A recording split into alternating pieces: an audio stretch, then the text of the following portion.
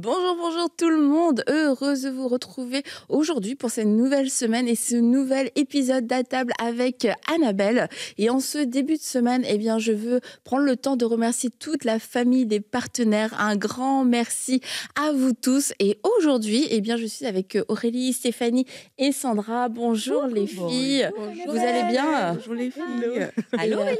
Allô Aurélie. Donc je disais que je remerciais toute la famille des partenaires et je ne sais pas si vous saviez, mais on reçoit aussi des sujets de prière des partenaires. Et aujourd'hui, j'aurais aimé qu'on prie particulièrement. J'ai regardé les sujets de prière et j'ai vu le sujet de Ruth du Cameroun qui nous disait qu'elle a déposé plusieurs dossiers, plusieurs CV un petit peu partout et qu'elle cherche un travail.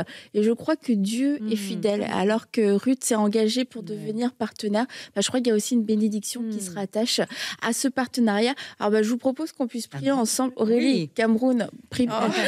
On va t'accompagner. Vite fait.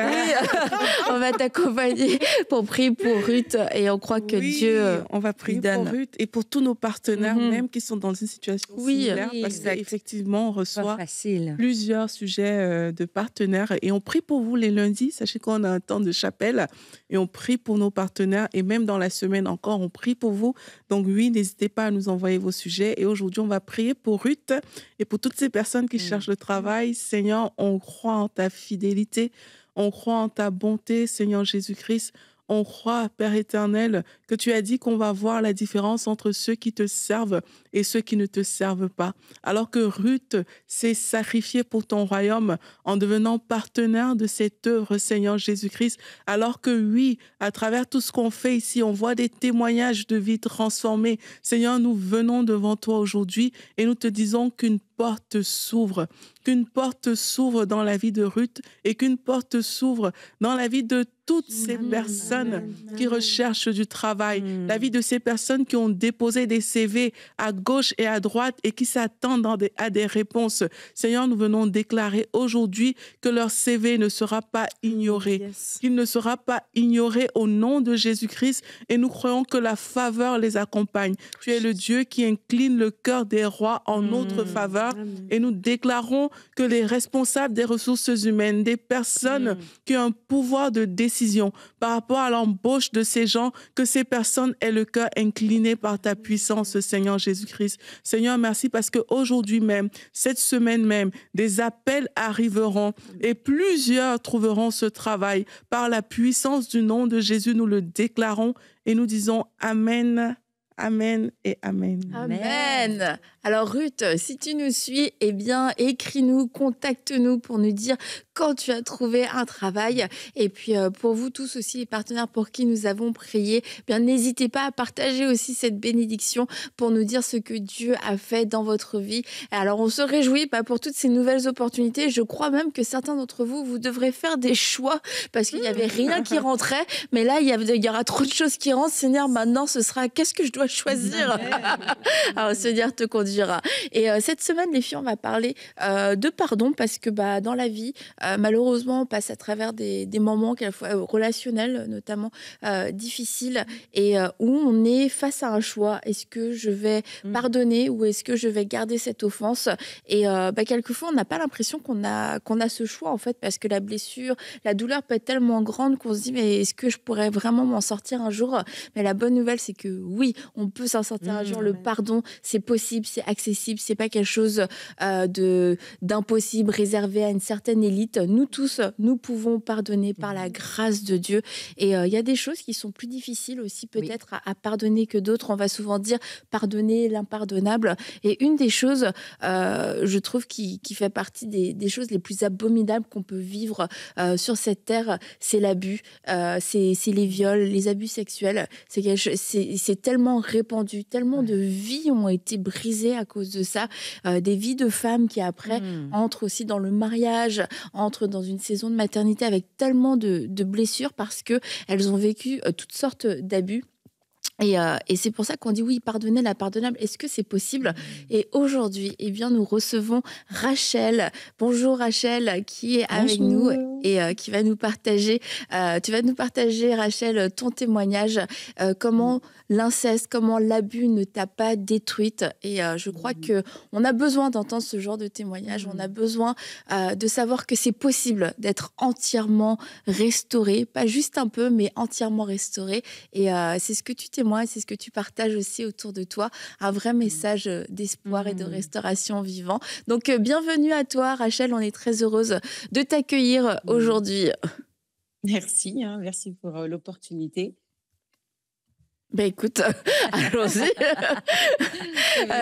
Ça prend du courage, en tout cas, franchement. Bienvenue parmi nous. Et puis, on est content de t'avoir. Je suis certaine que ton témoignage va être une source d'encouragement pour plusieurs femmes qui ont traversé une épreuve comme ça. C'est quand même difficile. Ça prend du courage quand même. Merci d'être avec nous.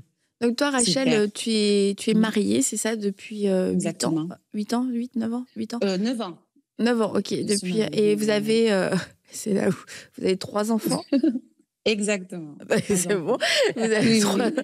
Et donc, voilà, par la grâce de Dieu, tu as pu former cette famille. Tu es toi-même aussi impliquée au sein d'une équipe ministérielle dans une église, aux côtés d'ailleurs de ton mari. Donc, en fait, vraiment, c'est le portrait quasiment d'une famille parfaite. En plus, je vous ai vu et c'est vrai que vous êtes là assez beau ensemble.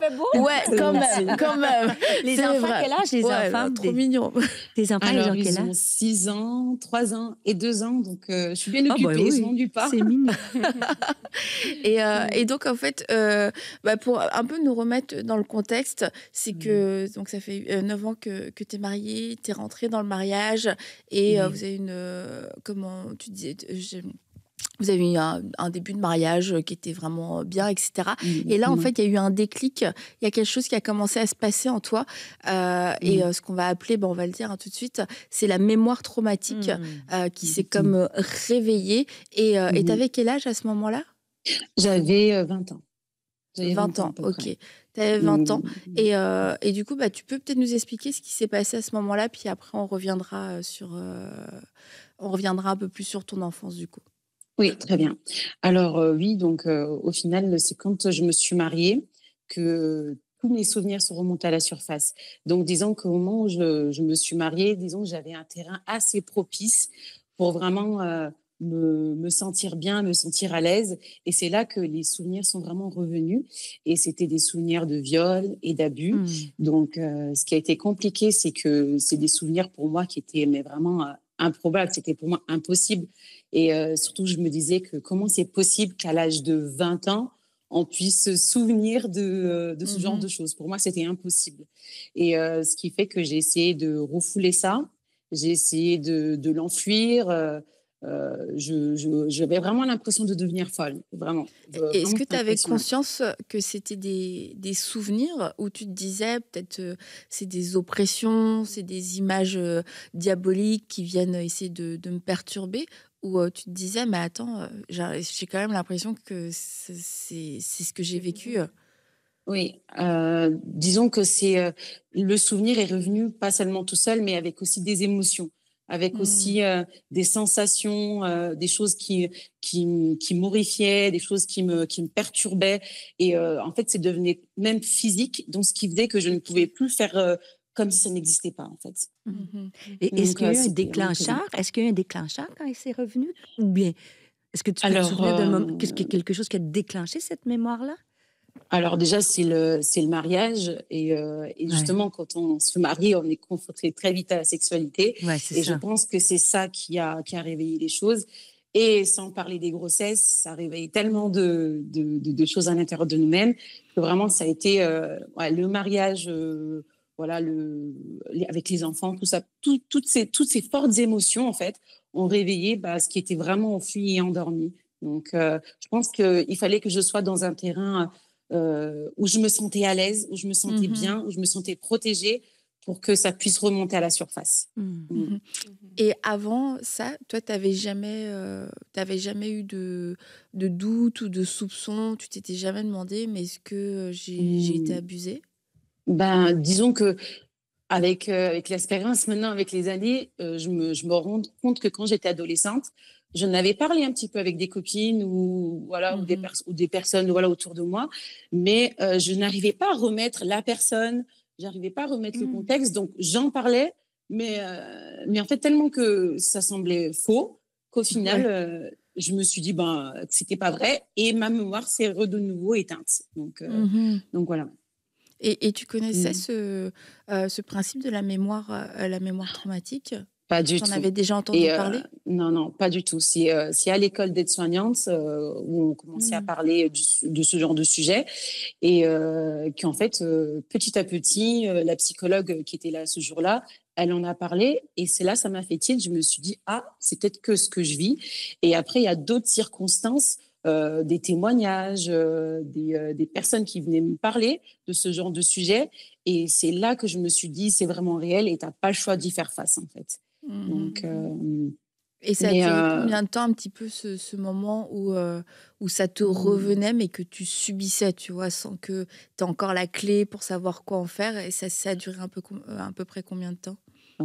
À peu près 2 ans. Donc vraiment de quand je me suis... Ah ouais. C'est à peu près 2 ans, parce que surtout ce qui était difficile pour moi, c'est que j'avais le souvenir de la personne et je me disais, et cette personne, je lui parlais. Et en fait, je me disais, mais comment c'est possible d'être en contact avec cette personne, de lui parler comme si rien n'était et d'avoir ses souvenirs liés à cette personne. Et c'est ça qui a fait que ça a mis autant de temps pour que ça devienne réel. Et mais après, ça devenait... même quand je priais, à un moment donné, ça revenait, ça s'imposait à moi. Donc, au final... J'avais plus le choix. J'avais plus le choix de vraiment affronter et de dire, là, ça fait 2 ans que ça traîne. Il faut maintenant que tu commences vraiment à y faire face. Est-ce que tu en as parlé tout de suite? Quand tu as eu le souvenir et quand tu as eu la mémoire qui est revenue, est-ce que tu as mis du temps à en parler ou est-ce que tout de suite tu as commencé à aborder le sujet avec d'autres personnes? Alors, la première personne à qui j'en ai parlé, c'est mon mari. Et déjà, ça s'est très bien passé parce qu'il a tout de suite compris, parce qu'il commençait à voir que j'étais pas bien. Et c'est là aussi qu'on voit la force du Saint-Esprit, c'est que moi, je l'aurais peut-être gardé pour moi pendant longtemps. Mais en fait, c'était un jour, je faisais ma petite vaisselle et en fait, d'un coup, j'ai ressenti une forte pression, en fait, et qui me disait, parle, dis-lui, en fait. Et quand il est revenu, je lui ai parlé, il m'a tout de suite écouté, il m'a tout de suite compris. Ça faisait presque 6 mois de mariage, je crois, à peu près, que j'ai pu commencer à en parler avec lui.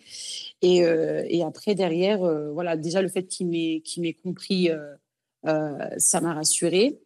Mais par contre, pour en parler vraiment à mon entourage en entier, donc je veux dire ma mère, mes sœurs, ça a pris un peu plus de temps, presque 6 ans. Presque 6 ans. Parce que... Oui. Mais parce que vraiment, quand on annonce ce genre de choses, ça fait vraiment l'effet d'une bombe. Il y a des conséquences. Et il y a des conséquences. Et même si j'étais proche de mes sœurs toujours, mais c'était quand même dur d'arriver et de leur imposer ça. Donc, et en plus, moi, de base, je suis quelqu'un d'assez joyeux et tout. Donc, j'arrivais un petit peu à cacher la situation. Mais en fait, à un moment donné, j'ai dit qu'il faut absolument que je leur parle. Et petit à petit, ça s'est fait. Je leur ai parlé et elles aussi, elles m'ont cru. Donc ça m'a aidée. Et après, d'autres personnes l'ont su. Wow, mais certaines personnes ont réagi pas comme je le voulais, dans le sens que certaines n'ont pas cru. Certains ont gardé vraiment un silence. Mais avec le temps, j'ai compris aussi, j'ai appris plutôt à respecter le silence des gens, parce que c'est un sujet tellement dur que c'est compliqué pour les gens. Ils ne savent pas comment réagir, ne savent pas comment nous aider. Donc, et surtout quand on arrive avec un bagage comme ça après 20 ans. Donc, c'est ça aussi. Voilà, ça qui est compliqué. Et je me posais, excuse-moi, je me posais la question, est-ce que durant ces 6 années-là, est-ce que tu as eu besoin de validation? Est-ce que dans ta tête, tu dis, c'est vrai, c'est pas vrai? Tu sais, c'est quoi comme le processus? Oui, en fait, exact. Ouais. Je sais pas si c'est... Est-ce que tu te demandais, c'est quoi ce que je ressens là? Est-ce que c'est vrai? Est-ce que c'est mon imagination? Est-ce que je peux aller valider avec une personne? Parce que des fois, dans des situations comme ça, c'est des sentiments qui sont partagés. Il y a de la culpabilité, même si c'est une fausse culpabilité, mais tu comprends, il y a tout ça qui est entremêlé. Donc, 6 ans dans tes pensées, comment c'était dans ta tête? Mais vraiment, j'avais l'impression d'être folle. Sincèrement, au début, je me disais, il y a un problème, quoi. Tu t'inventes une vie. Mais comme je disais tout à l'heure, c'est que ces souvenirs reviennent aussi avec des émotions, tout ça. Donc, je les ressentais pleinement. Et je n'avais pas le choix, à un moment donné, d'aller demander de l'aide. Comme je dis souvent, mon mari, voilà, quoi, c'est pas ma psychologue non plus. Donc, il ne pouvait pas entendre tout le temps, je ne vais pas bien, je ne me sens pas bien, je me sens malheureuse. Il faisait tout pour moi, mais je n'étais pas heureuse. Donc, je me suis dit, à un moment donné, je n'ai pas le choix d'aller faire appel à un psychologue. Et j'ai eu la grâce d'avoir quelqu'un de chrétien. Et avec lui, j'ai vraiment pu poser mes mots et m'emmener en fait à comprendre que finalement j'étais pas folle et que c'était vraiment quelque chose de réel, que c'était un phénomène qui existe vraiment. Et ça a enlevé la culpabilité, ça a enlevé la honte, ça a enlevé voilà tout ce poids en fait. Et dans tout ça, donc je crois que c'était après 3 ans, voilà, que j'ai pu vraiment aller voir un psychologue et commencer à faire ce travail-là. Et c'est vrai qu'à partir de là, j'ai pu me dire, allez, maintenant, ça y est, tu commences ta marche. Voilà. Est-ce que tu as eu un suivi spirituel aussi en parallèle? Oui. Ça, c'est presque dès le début, dès que j'ai commencé à m'en souvenir. C'est vrai qu'on a une église vraiment où on a l'opportunité vraiment de parler de ce genre de sujet et de libérer. Et vraiment, il y a eu plein d'épisodes, ça serait trop long, où vraiment on a prié pour moi, où j'ai vraiment, ça m'arrivait même de crier, de pleurer. Mais vraiment, vu que toutes ces années, j'avais pas pu décharger en fait ces émotions, en fait, c'est quand on priait pour moi, ça faisait comme un vide. Mais il y avait tellement de vide à faire qu'il a fallu plusieurs moments où ça a été dans des réunions de femmes, ça a été dans des réunions de prière, voilà, ou simplement dans des discussions où vraiment le Seigneur a permis que les choses sortent petit à petit, en fait. Et c'est vrai que moi, je dis que je trouve que j'avais besoin de l'alliance des deux, en fait. Parce que, justement, avec le psychologue, je pouvais vraiment le rendre palpable, disons, ce que je vivais. Et il pouvait vraiment m'expliquer pourquoi je ressentais tout ça. Ça validait mes émotions. Et en même temps, dans le suivi spirituel, vraiment, ça m'amenait aussi à me connecter plus à Dieu parce que, justement, genre de situation, ça coupe en fait. J'étais déjà chrétienne, mais pour moi, je n'arrivais pas à me comprendre pourquoi, maintenant que j'avais un mari, des enfants, où tout allait bien, d'un coup, il m'imposait ça et en fait, j'avais tout pour détruire ma famille en fait. Tout ce que je ressentais avait vraiment le pouvoir de tout détruire. Et je me disais, mais pourquoi le Seigneur, il a permis que ça se passe maintenant? Donc, le suivi spirituel m'a vraiment permis de renouer, disons, avec Dieu et de comprendre que c'était pas lui qui avait fait et de comprendre qu'il m'accompagnait, qu'il était avec moi et que même si moi, par exemple, je rêvais d'avoir une guérison instantanée, que ça se fasse tout de suite, mais ça s'est pas arrivé. Mais par contre, voilà, quoi, ça a été un processus, un processus long. Pas si long que ça, parce qu'au final, je me dis, je suis là après 9 ans et ça va beaucoup mieux, donc ça va quand même. Donc, ça a quand même été un processus. Et au final, ça m'a permis, justement, comme je le dis toujours, de comprendre de quoi Dieu m'a guéri. Parce que s'il m'avait guéri d'une manière instantanée, je ne me serais pas rendu compte de tout ce pourquoi il m'avait guéri, en fait, de quoi il m'avait sorti. Et en plus, les souvenirs, ils ne venaient pas une fois. Il y avait un souvenir, après, il y avait d'autres choses qui revenaient petit à petit. Et il y avait aussi toute mon enfance qu'il fallait que je guérisse. Donc, tout venait un petit peu à la fois. Mais en fait, chaque chose, Dieu prenait son temps pour guérir chaque situation. Et aujourd'hui, vraiment, je le remercie vraiment pour ce processus.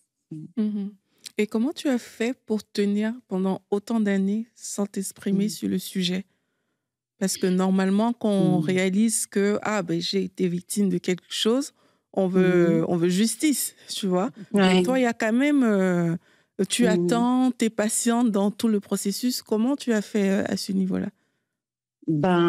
Déjà, il faut un peu repartir sur mon enfance, dans le sens que on a grandi dans une famille où on était tous dans la même maison. Mais en fait, le chef de famille, qui était mon père, a tout fait de manière consciente ou inconsciente, je ne sais toujours pas, mais en tout cas pour détruire et diviser notre famille, en fait. Il y a tellement d'actions, tellement de situations qui ont fait qu'on grandissait dans la même maison, mais on était séparés.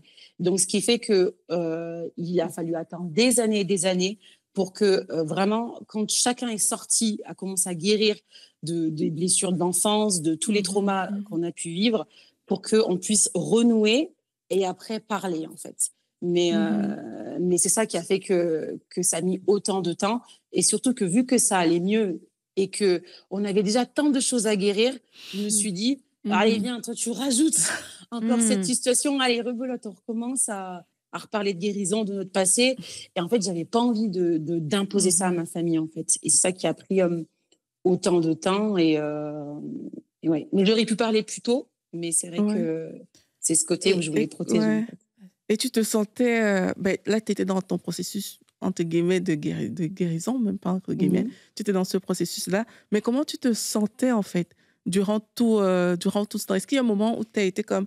Ouf, ça va, c'est fini. Non. Ouais. En fait, c'était des moments, je me souviens, je marchais et je me disais, Seigneur, si j'avais la capacité de prendre mon cœur et de l'arracher, je l'aurais fait. Parce que j'avais tellement mal.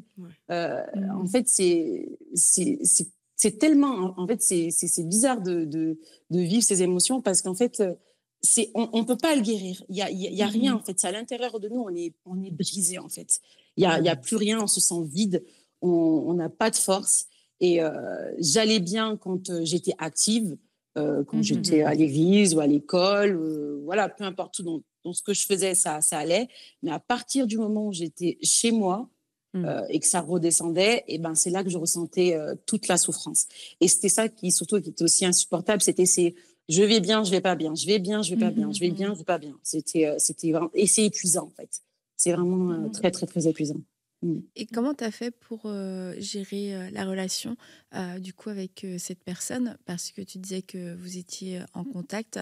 Comment est-ce que tu as fait? Est-ce que tu as gardé le contact? Est-ce que tu l'as confronté? Parce que comme Aurélie dit, ça a duré quand même pas mal d'années.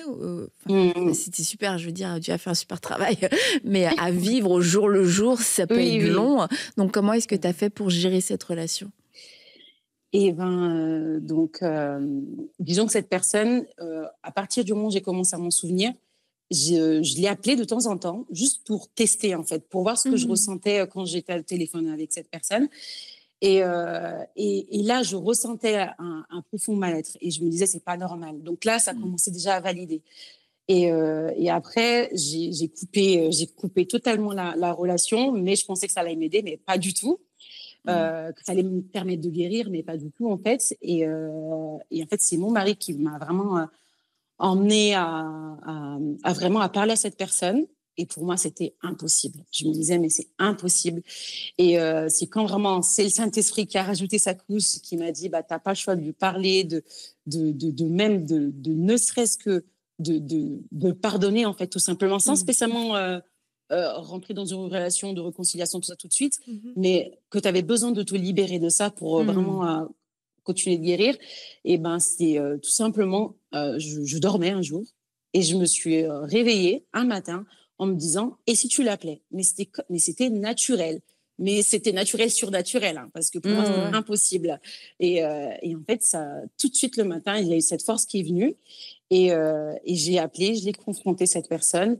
Et elle a dit que c'était faux. Cette personne, voilà, dit tout de suite que c'était pas vrai. Donc, ça a été dur, mais de la manière dont la personne, elle m'a répondu, j'ai su tout de suite que ce que je disais, c'était vrai. Donc au moins, j'ai pu parler, même si là, cette personne n'a ni demandé pardon, ni avoué, même a répondu des choses sur moi. Voilà, disait que je disais des mensonges sur lui, tout ça. Ben, au moins, je l'avais fait. Au moins, je l'avais dit. Et même si j'ai plus de contact avec cette personne, je sais que de ce côté-là, je suis libre, que j'ai pu parler, j'ai pu lui pardonner après, derrière.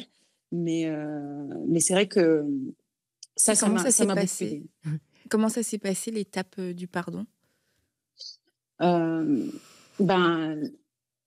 Au début, en fait, je me suis rendu compte que j'avais pas le choix de prendre cette décision de pardonner. Voilà. Donc, j'ai pris cette décision. Je me suis dit, bon, bah, si tu attends de le ressentir, tu vas jamais le ressentir. Donc, je me suis dit, bon, voilà, déjà, Seigneur, tu vois ce qui s'est passé, tu vois ce que je ressens. Mais là, je prends la décision de pardonner à cette personne. Mais ça s'est fait vraiment étape par étape. C'est vrai qu'au début, au tout début, le Seigneur ne m'a pas dit « pardonne-lui tout de suite ». Ça a vraiment été chaque jour, je te donne la force pour supporter ta journée, pour vraiment... parce que quand on vit ça, en fait, pour nous, c'est impossible. On ne peut plus guérir. Le lendemain, c'est trop loin. Il faut survivre à ta journée déjà. Et il m'a donné ce que j'appelle souvent ma manne journalière, en fait. J'avais ce qu'il fallait pour ma journée. Mais à un moment donné, je ne pouvais pas rester à ce stade-là. Et il m'a emmené à un stade où je devais devenir plus offensive par rapport à ma restauration. Et là, il m'a demandé de faire des choses. Et c'est là que ça a rentré. Il m'a commencé à me parler de pardon. Et que j'ai décidé, je me suis dit, allez, je prends la décision de pardonner. Et de là, petit à petit...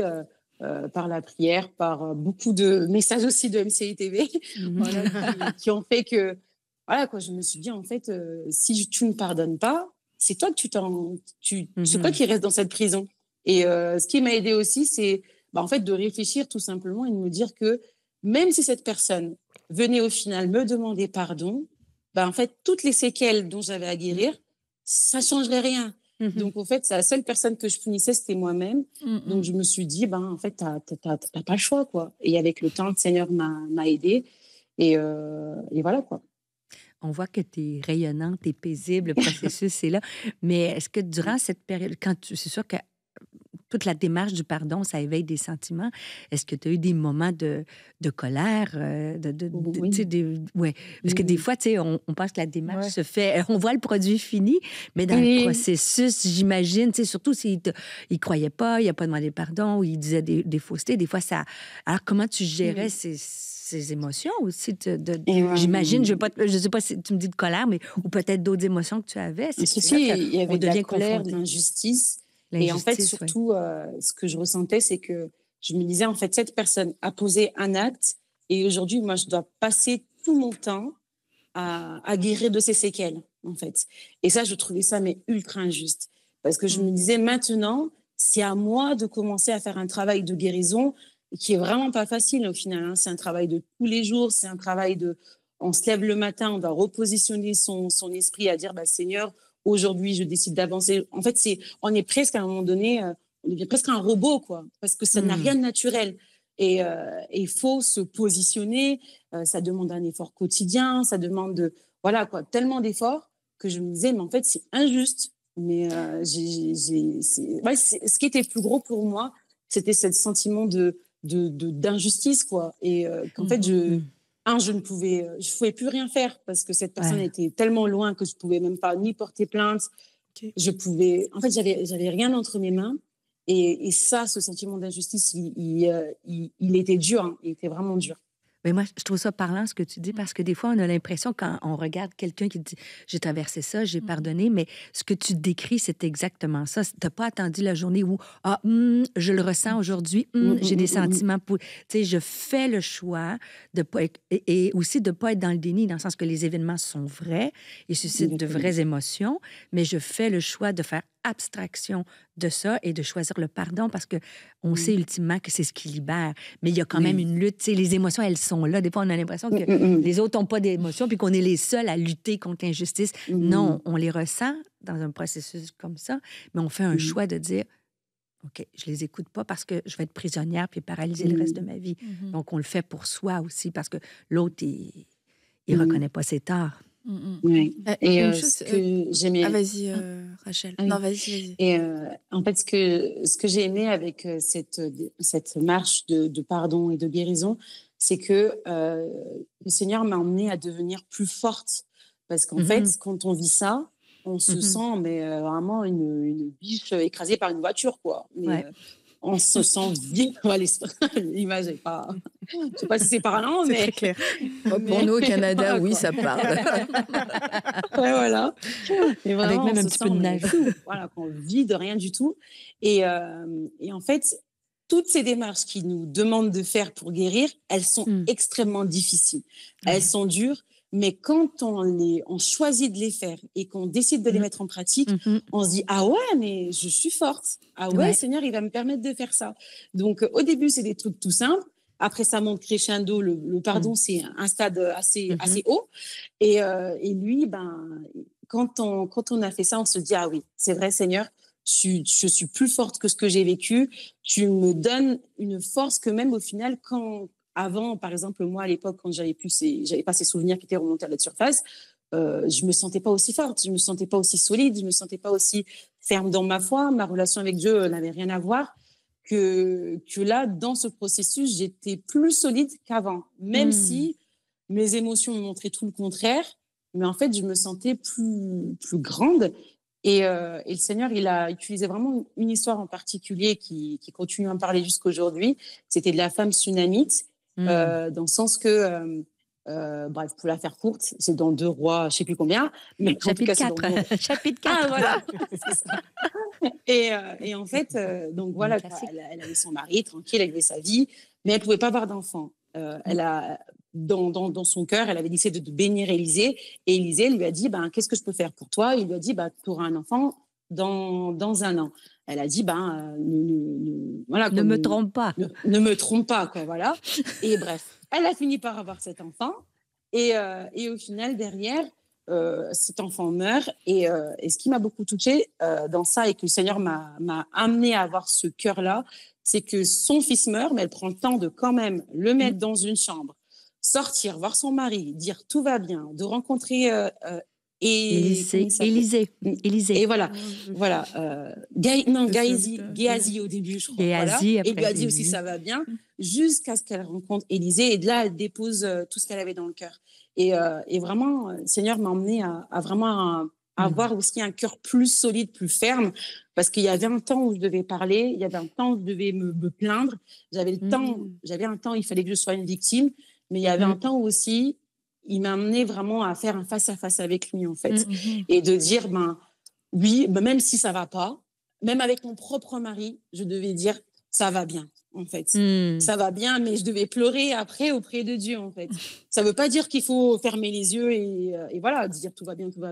Mais c'est qu'à un moment donné, en fait, il m'emmenait vraiment à devenir solide. Parce que quand on voit cette femme, on se dit, mais le cœur qu'elle a dû avoir pour faire ça, quoi. Ton enfant est mort, mais tu dis tout va bien et tu fais tout un chemin pour aller voir le prophète. Et c'est vrai qu'au final, cette marche m'a rendue forte. Mais en fait, c'est exactement la marche que tu as faite aussi, dans ce sens que... Tu as lancé Stéphanie sur la tsunamite. Mais dans le sens, elle dit « tout va bien aux autres », mais au prophète, elle a dit « je t'avais dit, ne me trompe pas ». Et c'est exactement ça, c'est que, tu sais, comme tu dis à ton mari, tout va bien, mais c'est avec Dieu que tu l'as dit, tes vrais sentiments. Et c'est avec Dieu qu'on peut guérir. Et si vous voulez, je peux vous le prêcher en 3 points avec... C'est un méthode C'est vrai qu'il est beau. Non, je fais une blague. Mais tu as tellement raison que ce texte-là capsule tellement un processus de guérison. Mais qu'est-ce que, justement, Rachel, tu peux dire à quelqu'un aujourd'hui qui a peut-être été abusé comme toi et qui passe par ces luttes internes et pour qui c'est très difficile et qui n'y arrive pas? Tu es quand même mieux placé pour comprendre ces choses-là. Est-ce qu'il y a quelque chose que tu peux dire à ce type de personnes? Oui, alors ce que je dirais, c'est que déjà au niveau de quand on vit ça, c'est qu'il ne faut rien négliger. Qu'on est esprit, âme et corps. Et que toutes ces 3 sphères-là, elles ont besoin d'être remplies, elles ont besoin d'être vraiment nourries, quoi, au final. Et j'ai rencontré beaucoup de personnes qui, dans la foi, au final, qui ont vécu ce genre de situation d'abus ou de choses très graves, mais ils se concentraient que dans la prière. Je dis pas que c'est pas bien, c'est important, mais en fait, le fait que de faire ça, au final, on s'approchait de, oui, il y avait ce côté foi, mais par contre, en leur parlant, en étant dans leur contact, et en fait, on sentait tout de suite qu'au final, il y avait des choses à guérir, en fait, il y avait des choses difficiles. Et en fait, si vraiment tu veux guérir de ce genre de choses, c'est vraiment de prendre le temps avec Dieu et de lui dire, vraiment, guéris-moi, mais totalement, en fait. Toutes ces parties de ma vie, en fait, doivent être guéries. Parce que même le corps se souvient de ça. Même notre âme, justement, il s'habitue même à... Moi, je sais que, par exemple, mon âme avait l'habitude de... C'était plus facile d'avoir des émotions de tristesse que d'avoir des émotions de joie ou de quelqu'un de combatif ou quoi. Et j'ai dû le discipliner, mais avec l'aide du Saint-Esprit, en fait. Et c'est tout un chemin, mais il faut rien négliger. Et il n'y a pas une baguette magique ou un truc 1.1, 1.2, 1.3. C'est vraiment Saint-Esprit, qu'est-ce que je fais aujourd'hui? Et surtout, quand il nous donne des indications, parce qu'il nous les donne toujours, c'est de les écouter, en fait. Et moi, à chaque fois que j'ai voulu ou sauter un palier ou m'arrêter quelque part, je n'avançais pas. Je savais que la grâce de Dieu était avec moi, qui me disait « Ok, tu ne veux pas faire, je comprends, c'est trop dur. » Mais en attendant, je n'avançais pas, en fait. Et j'ai rencontré plein de personnes qui dans une sphère de deux, ils avancent super bien. Ça va être des gens, ils vont prier 4 heures par jour, ou ils vont s'occuper d'autre chose. Mais en fait, ils vont pas voir la totalité, en fait. Surtout que les abus, en fait, l'ennemi, je crois qu'il a trouvé une arme extraordinaire pour tuer les femmes. L'abus. C'est tu veux détruire quelqu'un, tu veux détruire une femme, tu veux détruire sa famille. Abus et c'est bon, c'est fait. Donc, parce que ça touche vraiment tout. Ça touche vraiment tout, en fait. Et ça impacte après tout le reste de notre vie. Et vraiment prendre le temps de se dire que je dois guérir entièrement. Prendre le temps. Et voilà, quoi. Ouais, et puis aussi par rapport à ce que tu disais tout à l'heure, quand tu disais que c'est quand tu arrivais à la maison, justement, que tu ressentais toutes ces choses-là. En fait, on peut réaliser aussi que parfois, c'est plus facile de juste fermer les yeux et de vouloir croire que ça n'a jamais existé. Et que voilà, la vie est belle et on continue à vivre. Mais tu vois, quand tu donnes ces conseils-là, moi, j'ajouterais aussi ça, c'est que s'il y a vraiment quelque chose qui s'est passé, ça s'est passé en fait.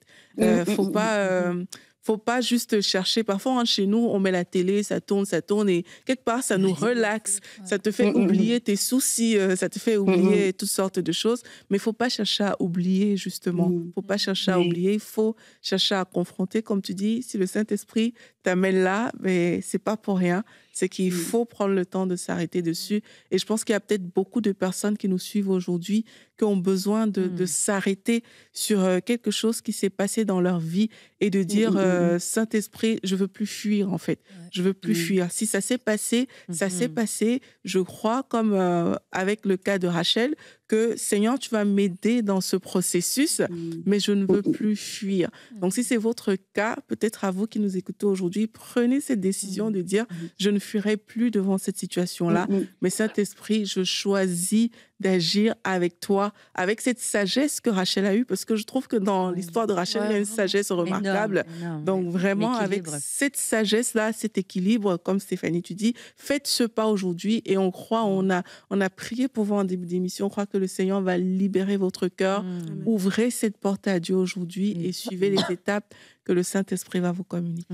Et moi, je veux te remercier, Rachel, aussi d'avoir partagé ouvertement les différentes étapes. Et je dirais que tu ne nous as pas vendu du rêve, mais c'est très bien dans le sens où quelquefois, on peut aussi brusquer et simplifier ce chemin de restauration. Voilà, t'es guéri, t'es restauré dans le nom de Jésus, c'est terminé. Et aussi, par rapport, je le dis aussi par rapport à des pasteurs, à des conseillers, à des ministères et tout, c'est de comprendre qu'il y a un chemin de guérison. Et oui, il y a des choses qui se font instantanément, il y a des choses qui ne se font pas instantanément. Et dans tout chemin de restauration, il y a des petits pas et il y a des grands pas. Et les deux sont hyper importants parce que un grand pas nous va faire gagner, nous faire parcourir une distance de façon surnaturelle en très très peu de temps. Mais tous ces petits pas, c'est autant de distance aussi parcourue et qu'on doit parcourir, et ça nous apprend la confiance en Dieu, la dépendance envers lui. Et une chose que tu as dite qui m'a quand même qui m'a marquée, j'ai besoin d'y réfléchir après l'émission, mais tu vois, c'est tout ce processus avant d'arriver au pardon et de dire tu vois, en fait, j'avais pas forcément cette force de pardonner, et il y a eu ce temps où tu as souffert, en fait, et où la douleur avait besoin de sortir, de s'exprimer, et tout ce qui avait été refoulé pendant toutes ces années et que le temps du pardon est venu après. Et c'est vrai que quand on écoute ton histoire, on sent qu'il y a une grande sagesse, mais de la part de Dieu, en fait, dans tout ce qu'il a fait, qu'il y a une grande cohérence. Et tu prenais cette histoire de la femme sunamite, et c'est d'être conscient, ok, il y a un ordre, il y a une sagesse dans ton plan, Seigneur, et de la comprendre. Alors, ton chemin à toi est ton chemin, parce que le fait d'avoir su que tu avais été abusée plusieurs années plus tard, c'est sûr que c'est un autre chemin que la femme qui le sait depuis des années et des années et qui vit avec ça. Mais ceci dit, dans tous ces chemins-là, Dieu a une sagesse, et c'est d'aller dans ces étapes quand lui nous y amène, et ne pas rester trop longtemps dans une étape quand c'est le temps de passer à l'autre étape, comme tu le disais. En tout cas, je trouve que ton histoire est très instructive sur le cœur, l'amour de Dieu, et sur la sagesse de Dieu aussi. La patience aussi. La sagesse, vraiment. Mais merci beaucoup, Rachel. Et encore une fois, on le dit souvent dans cette émission, dans la table, mais ce que Dieu a fait pour toi, il peut le faire aussi pour d'autres femmes. Et de voir que tu sais, à quel point c'est sincère et c'est profond, c'est authentique. Cette restauration. Je crois que ça... Toi-même, ta vie, ton témoignage communique ce désir de vivre cette relation avec Dieu pour vivre cette restauration jusqu'au bout. Alors, un grand merci, Rachel. Merci et puis, salut toute ta famille. Et on a été très contente de pouvoir être avec toi. Et écoute, on se dit peut-être à bientôt, parce que tu étais passionnante. Oui, Rachel, c'était... Merci pour tout. Merci, à très bientôt, alors. Très inspirant. À bientôt, Rachel. Et puis, vous tous, on se donne rendez-vous mercredi. Mercredi, nous allons parler de trahison aussi. Alors, je crois que beaucoup de cœurs ont été brisés à cause de ce genre de relations brisées. Mais vous allez voir, il y a aussi un chemin de restauration qui est disponible. Alors, on se dit à mercredi. Bye bye.